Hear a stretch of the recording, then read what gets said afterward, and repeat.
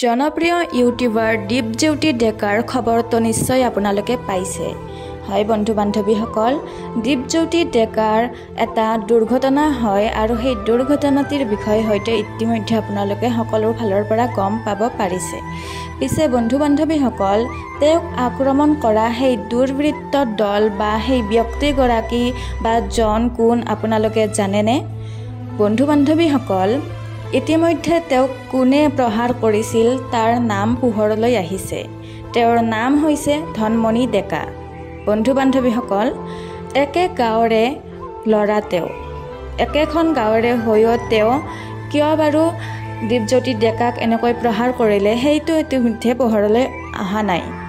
Programme কৰি নিশা উভতি আহি থকাৰ সময়তে ফটো উঠি থকাৰ অৱস্থাতে এজন যুৱকে পিছৰ পৰা এনেকৈ প্ৰহাৰ কৰে এটা বটলেৰে, গ্লাছৰ বটলেৰে।